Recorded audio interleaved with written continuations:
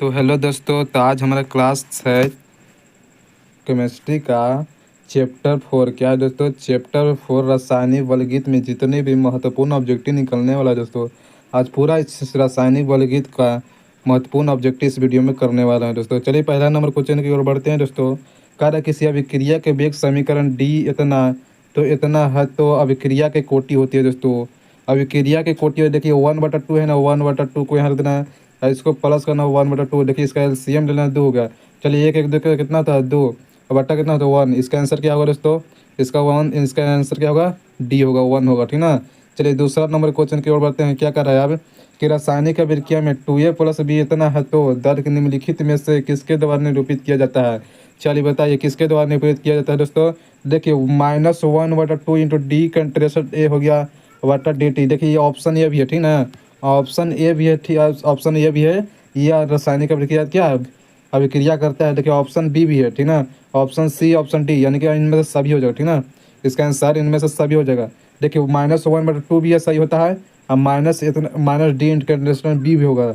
अब प्लस भी होगा और सी, क्या सी रहो या ए रहो या बी रहो, कोई बात, कोई जरूरत नहीं है।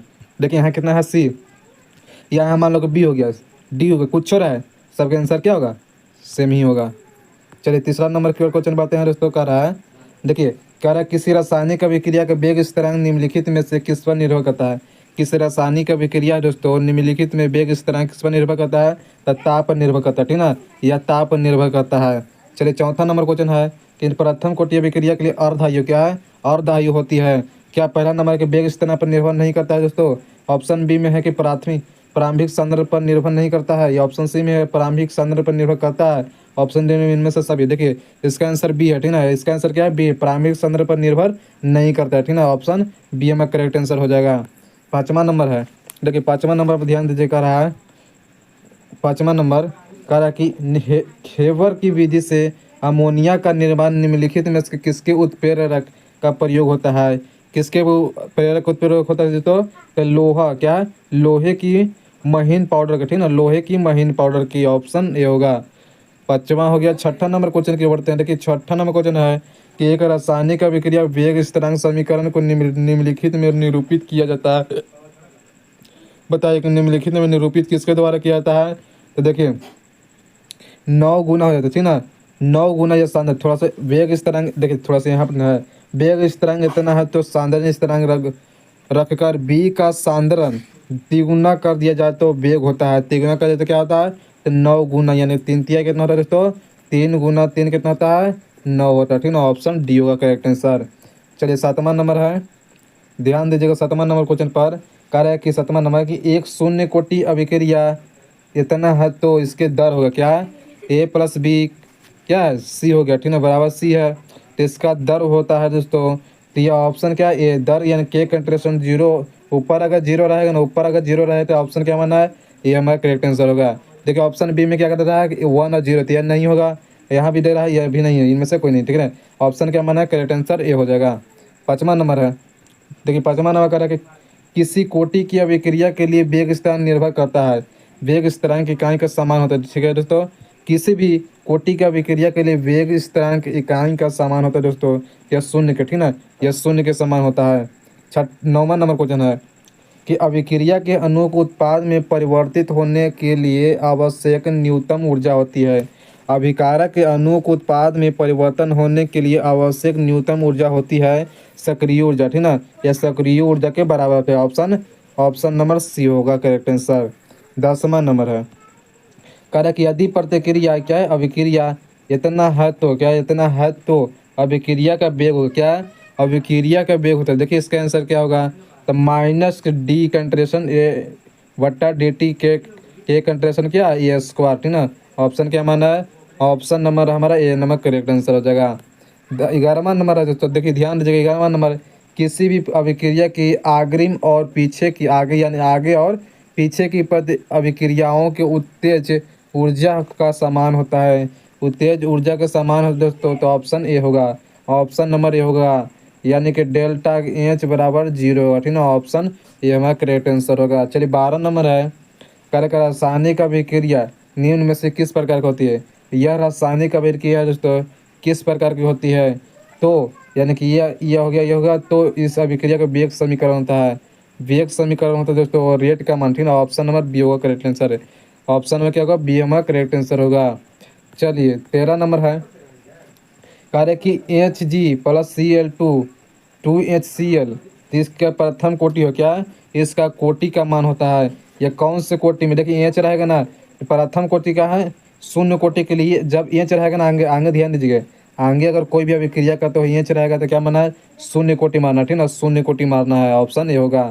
देखिए 14 नंबर क्वेश्चन है, कितना तो अभिक्रिया के कोटि होगा। देखिए इस तरह से रहेगा ना, किसने माना तो दो माने, यानी कि द्वितीय कोटि, ठीक ना, यह द्वितीय कोटि होगा। ऑप्शन ऑप्शन क्या होगा दोस्तों, सॉरी प्रथम कोटि ना, द्वितीय कह रहे हैं, प्रथम कोटि होगा, ठीक ना। ऑप्शन क्या होगा, ये बी होगा। यानी कि यह जीरो, अगर इंच रहेगा आगे तो क्या मानना है, शून्य कोटि, अगर इंच नहीं रहेगा तो क्या करना है, प्रथम कोटि, ठीक ना। ऑप्शन नंबर एक अति बी होगा।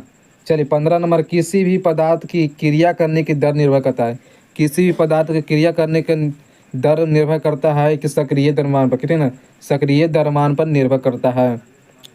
16 नंबर क्वेश्चन, देखिए 16 नंबर क्वेश्चन कर रहा है कि किसी भी अभिक्रिया को उत्प्रेरक होता है, क्या दोस्तों, किसी भी अभिक्रिया को उत्प्रेरक होता है, किसके बराबर होता है, तो अभिक्रिया के वेग बढ़ाता है घटाता है, ठीक ना। किसी भी अभिक्रिया का वेग उत्प्रेरक क्या होता है, अभिक्रिया का दर हो बढ़ाता भी है और घटाता भी, ठीक ना, अभिक्रिया का दर बढ़ाता है और घटाता भी, ठीक ना। क्या है, उत्प्रेरक होता है, इसका परिभाषा उत्प्रेरक जानेगा ना, कि अभिक्रिया का दर बढ़ा भी देता है और घटा भी देता है। ऑप्शन ऑप्शन में क्या होगा, सी में करेक्ट आंसर होगा। 17 नंबर क्वेश्चन है, देखिए 17 नंबर क्वेश्चन कि कौन से शून्य कोटि अभिक्रिया के लिए दिखलाता है यह ग्राफ। चलिए ऑप्शन देख लेते हैं, थोड़ा सा अति करते जूम आउट करते हैं। चलिए बताइए, ऑप्शन नंबर चारों लोग रहा है, option A B C D, बताइए इसका आंसर होगा दोस्तों, तो ऑप्शन नंबर सी है ना, ऑप्शन में सी है, ऑप्शन नंबर सी है दोस्तों, यह शून्य कोटि अभिक्रिया के लिए दर्शाता है, ठीक ना, ऑप्शन सी होगा, यह शून्य के लिए कोटि के लिए अभिक्रिया के लिए दर्शाता है। चलिए 18वां नंबर क्वेश्चन है, देखिए 18वां नंबर क्वेश्चन कि इतना अभिक्रिया है तो प्रतिक्रिया अर्ध आयुकाल प्रतिकारक के सांद्रता के स्वतंत्र है, ठीक। N2 गैस आयन 10 मिनट के बाद 10 लीटर एक प्रति प्रतिक्रिया की संपूर्ण 10 लीटर हो जाता है तो प्रक्रिया की दर प्राप्त मिनट इकाई होती है। चलिए ऑप्शन इसका देख लेते हैं, देखिए इसका ऑप्शन क्या होगा, सी हमारा करेक्ट आंसर होगा, ठीक ना, ऑप्शन सी होगा। चलिए 19 नंबर है दोस्तों, कि अभिक्रिया के लिए यह कोटि का मान होगा, पहले ही बताएं ये किस कोटि का है दोस्तों, ये प्रथम कोटि, ठीक ना, प्रथम कोटि की में ऑप्शन नंबर क्या होगा, सी होगा करेक्ट आंसर।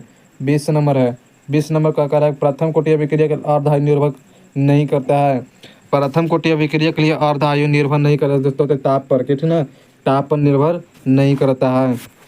21 नंबर है, देखिए 21 नंबर का चीज यानी इतना तो जब pH2 से एक करने पर अभिक्रिया की दर 100 गुना हो जाती है तो अभिक्रिया के कोटि का मान होगा 1, ठीक ना, अभिक्रिया का कोटि का मान कितना होगा, 1 होगा। चलिए 22 नंबर है, 22 नंबर, प्रथम कोटि अभिक्रिया के लिए वेग इस तरह की इकाई होती है, प्रथम कोटि अभिक्रिया के लिए वेग इस तरह की इकाई का मान कितना होता है, समय इनवर्स, ठीक ना, समय इनवर्स, इसका फार्मूला होता है क्या, लॉग, यानी कि लॉग मीटर, नहीं यूरा नहीं होता है, इसका होता है फार्मूला LMN, लॉग, थोड़ा सा भुला रहे हैं इसका फॉर्मूला, ठीक ना, इसका फॉर्मूला, हाँ, मोल मोल लीटर N-1 होता है, और लीटर एन 1 - N और मीटर इनवर्स ऐसे होता है, इसका फार्मूला होता है, जैसे इसके एन का मान लेना है, 1 मान लेना है, 0 मान लेना है, 2 मान लेना है, इस तरह से फार्मूला होता है। तो ऑप्शन नंबर क्या होगा, ये हमारा करेक्ट आंसर होगा। तो चलिए 23 नंबर है कि जब H2O को सूर्य के प्रकाश में अभिक्रिया की कोटि होगा, यानी कि 2H यानी कि अभिक्रिया के कोटि का मान कितना, तो 0 होगा, ठीक ना, ऑप्शन नंबर डी होगा। 24 नंबर क्वेश्चन है कि किसी भी अभिक्रिया निम्नलिखित में वेग किस प्रकार व्यक्त करता है, किसी भी क्रिया है वेग निम्नलिखित में किस प्रकार की व्यक्त करता है, कि यह 3 नियम, ठीक ना। जब देखिए थोड़ा सा कंटेशन दिया है कि वेग के 2 प्लस बी है इंटू इसका अभिक्रिया कोटि है, देखिए पावर जैसे इसका कितना 2 2 है, इसका बी के पावर कितना, तो कितना होगा, तो 1, तो यानी कि 2 + 1 कितना होता है 3, ठीक ना, ऑप्शन नंबर क्या होगा, सी होगा करेक्ट आंसर। चलिए 25 नंबर क्वेश्चन है कि अभिक्रिया है तो, ठीक ना, अभिक्रिया का समय स्थिरांक केपी का निर्भर करता है, केपी निर्भर करता है किस पर, तो ताप पर, ठीक ना, यह ताप पर निर्भर करता है, ऑप्शन ऑप्शन नंबर डी होगा करेक्ट आंसर। चलिए 26 नंबर कह रहा है कि किसी भी रासायनिक अभिक्रिया वेग प्रारंभिक प्रभावित होता है, किसी भी रासायनिक अभिक्रिया में वेग प्रभावित होता है दोस्तों, तो यह ताप पर, ठीक ना, यह ताप पर निर्भर होता है, ठीक ना। ऑप्शन नंबर ये होगा। क्या कर रहा है आप, चलिए 27 नंबर है कि किसी भी प्रथम कोटि अभिक्रिया के लिए वेग स्थिरांक निर्भर नहीं करता है। जल्दी इसका फटाफट आंसर दे दीजिए। किसी भी प्रथम कोटि अभिक्रिया के लिए वेग स्थिरांक निर्भर नहीं करता है दोस्तों, तभी कारक के सांद्र पर, ठीक है, अभिकारक के सांद्र पर निर्भर प्रथम कोटि अभिक्रिया नहीं करता है। ऑप्शन सी होगा। चलिए 28 नंबर क्वेश्चन के देख लेते हैं। किसी भी रासायनिक अभिक्रिया के ढाल, ठीक ना, ढाल अस्लोप का इसके इंग्लिश से अस्लोप का मान खींचा जा सकता है। क्या ताप व दाब के माध्यम से दोस्तों, या ताप के सांद्रण पर, या लॉग के तथा 1/t के माध्यम से, या ताप पर √p के माध्यम से, ठीक ना। इसका आंसर होगा दोस्तों तो लॉग के तथा 1/t के माध्यम से। ऑप्शन सी हमारा करेक्ट आंसर हो जाएगा। चलिए 29 नंबर देते हैं। क्या करा है कि किसी भी शून्य कोटि अभिक्रिया के लिए दर होता है, क्या दोस्तों, किसी भी शून्य कोटि अभिक्रिया के लिए दर होता है, यह निश्चित होता है, ठीक ना। किसी भी शून्य कोटि अभिक्रिया के लिए दर निश्चित एक होता है, ठीक है। समय के साथ घटती है नहीं दोस्तों, समय के साथ बढ़ती है नहीं, कभी घटता है कभी बढ़ता है। यस ऑप्शन कोई नहीं होगा। ऑप्शन क्या होगा, ये हमारा करेक्ट आंसर होगा। चलिए 30 नंबर है, करा है।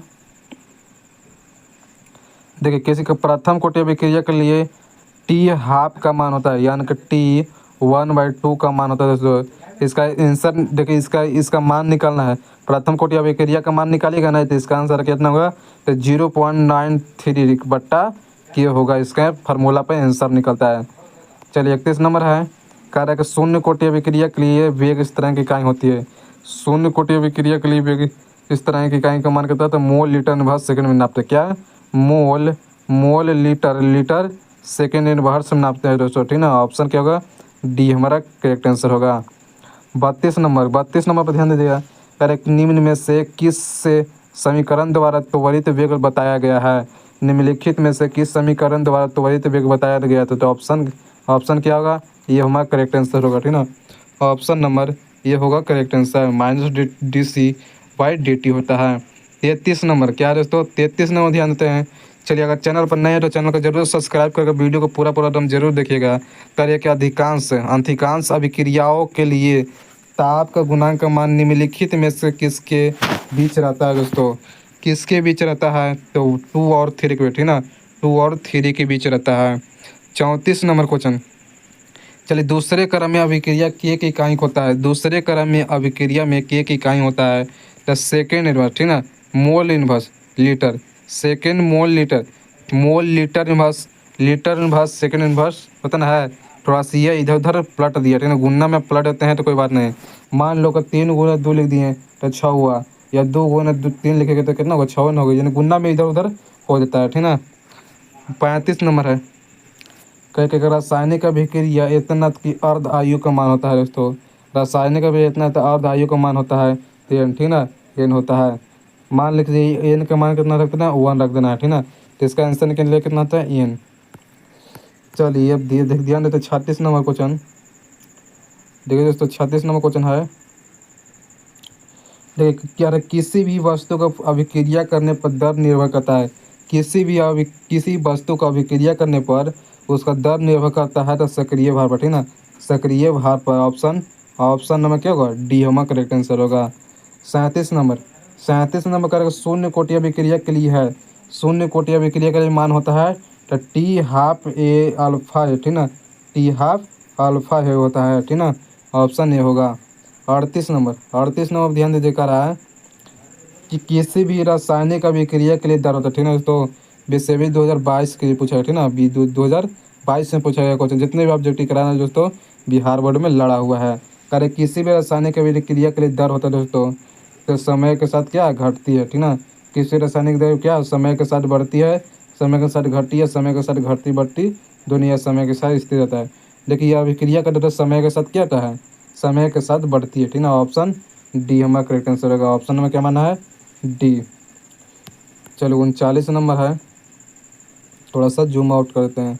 चलिए बोलिए, देखकर निम्नलिखित में से कौन सी प्रथम कोटि अभिक्रिया नहीं है। प्रथम कोटि अभिक्रिया नहीं है दोस्तों, ये ऑप्शन नंबर बी है, ठीक ना। ऑप्शन नंबर बी एक करेक्ट आंसर रखिए, जो निम्नलिखित में प्रथम कोटि अभिक्रिया के लिए नहीं है, ठीक ना। ऑप्शन नंबर बी होगा। 40 नंबर है दोस्तों, कार्य का अभिक्रिया के लिए इतना इतना है तो कहते हैं। चलिए इस वीडियो का लास्ट क्वेश्चन है कितना दोस्तों, 40 नंबर क्वेश्चन है इस वीडियो का लास्ट क्वेश्चन है। तो इसका विक्रिया का मान कितना होगा, बी होगा, option B number correct answer होगा। चलो दोस्तों मिलते हैं अगले वीडियो के साथ। अगर चैनल पर नए हैं तो चैनल को जरूर सब्सक्राइब कर दीजिएगा और वीडियो को लाइक ज़रूर कर दीजिएगा। ठीक ना, मिलते हैं अगले वीडियो के साथ ऐसे ही धमाल धमाल लेकर वीडियो। Thank you.